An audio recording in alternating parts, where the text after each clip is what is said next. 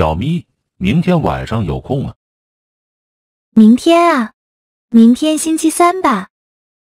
今天星期三，明天星期四。哦，我明天晚上没空，我跟同学要一起吃饭。怎么了？我这儿有2张电影票，9月26号，就是明天晚上7点的，想和你一起去看。我看看。哥哥，这个电影票是去年的了。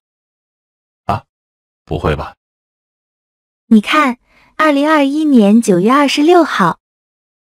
而且这部电影去年我跟小雨就看过了。我想起来了，这是去年同事送我的，我都忘了。对了，别忘了下个月13号我们一起吃饭。下个月13号？为什么？10月13号是小雨的生日啊。去年你就忘了小雨的生日，今年不能再忘了。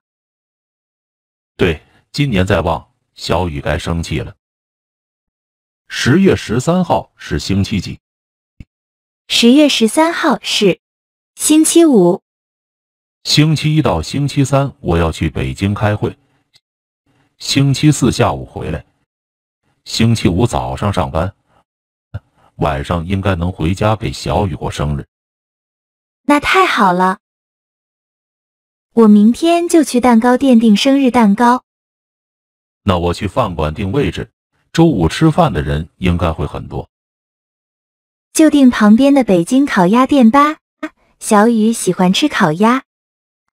好的。